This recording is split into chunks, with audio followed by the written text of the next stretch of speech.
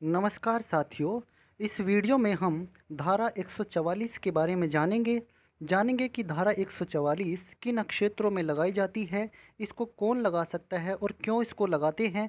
आपने अक्सर करके टीवी में, अखबारों में या अन्य सोशल मीडिया प्लेटफॉर्म्स पर ये ज़रूर सुना होगा कि उस क्षेत्र में धारा 144 लगा दी गई है। 4 आदमी इकट्ठे नहीं हो सकते, वहाँ दंगा भड़क गया था, वहाँ हिंसा हो रही है, इसलिए धारा 144 लगा दी गई है। तो अक्सर करके आपने ऐसा सुना होगा ज़रूर। तो चलिए साथियों, जानते हैं कि धारा 144 क्या होती है। तो भारत में कहीं पर भी बड़े स्तर पर लड़ाई झगड़ा होता है या होने की संभावना होती है, तो ऐसे स्थानों पर धारा 144 लगा दी जाती है। इसके लगने के बाद कई प्रकार के नियम लागू हो जाते हैं, जिनका उल्लंघन करने पर सजा का प्रावधान है। धारा 144 के विषय में समाचार पत्रों, टीवी चैनलों पर सुनने को अक्सर हमें मिलता है।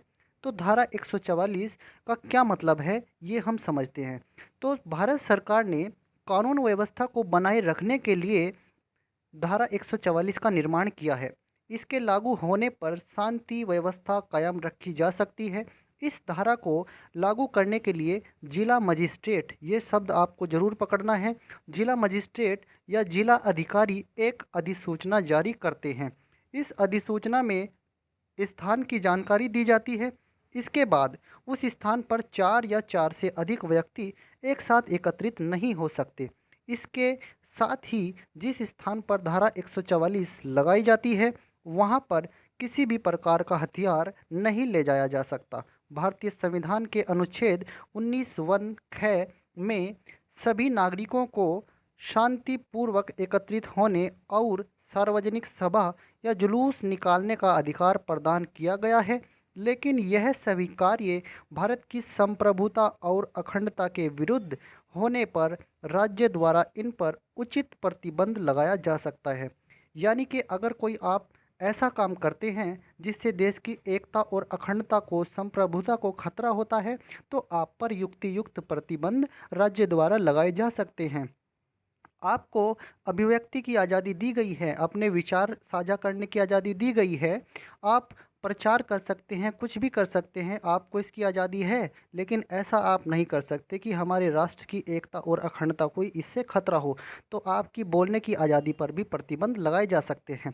इसलिए राज्य द्वारा उपयुक्त प्राधिकारी सार्वजनिक बैठक के आयोजन पर इसलिए राज्य द्वारा उपयुक्त प्राधिकारी सार्वजनिक बैठक के आयोजन पर रोक लगा सकता है। राज्य ऐसा कर सकता है। आप सार्वजनिक बैठक नहीं कर सकते, आप जो हैं इकट्ठा नहीं हो सकते, क्योंकि इससे देश की शांति में, एकता में बाधा आती है, उसके लिए खतरा होता है। तो आप ऐसा नहीं कर सकते अगर आप देश की एकता और अखंडता को नुकसान पहुंचा रहे हैं। धारा 144 का निर्माण इसी उद्देश्य के लिए किया गया है। अगर शांति व्यवस्था कायम करनी है तो इसके लिए धारा 144 लागू कर दी जाती है। और इसको कौन लागू करते हैं? जिला अधिकारी या फिर जिला मजिस्ट्रेट। अब इनके नियम क्या हैं? धारा 144 जब लागू होती है तो क्या क्या बदलाव आते हैं? धारा 144 का उल्लंघन करने पर व्यक्ति को पुलिस गिरफ्तार कर सकती है। जो व्यक्ति इस धारा का उल्लंघन करेगा तो उसको पुलिस गिरफ्तार कर सकती है। यह गिरफ्तारी धारा 107 या फिर धारा 151 के अंतर्गत की जाती है। इसके बाद जो दूसरा नियम और इसमें क्या बदलाव आता है, धारा 144 का उल्लंघन करने पर आरोपी को 3 साल कैद की सज़ा का प्रावधान किया गया है। इसका उल्लंघन करने वाले व्यक्ति को जमानत भी दी जा सकती है। जिस स्थान पर धारा 144 लागू की जाती है वहाँ का यातायात भी रोका जा सकता है। इसके बाद इस समय सारे कानूनी अधिकार जिला अधिकारी या फिर मजिस्ट्रेट के पास रहते हैं। इसके बाद धारा का उल्लंघन करने पर 3 साल कैद और जुर्माना दोनों भी हो सकते हैं। तो साथियों, एक चीज़ और इसमें आप जानेंगे, इसका प्रयोग कहाँ पर किया जाता है? इसका प्रयोग जो है दंगा, लूटपाट, आगजनी, हिंसा, मारपीट आदि को रोकने और दोबारा शांति स्थापित करने के लिए इसका प्रयोग किया जाता है। अगर किसी स्थान पर दंगा भड़क गया है, हिंसा हो रही है, आगजनी हो रही है, मारपीट हो रही है, तो उस स्थान पर दोबारा से शांति स्थापित करने के लिए धारा 144 को लगाया जा सकता है। और इसको कौन लगाते हैं? उस स्थान पर जिला मजिस्ट्रेट या फिर जिलाधिकारी धारा 144 को लागू करते हैं।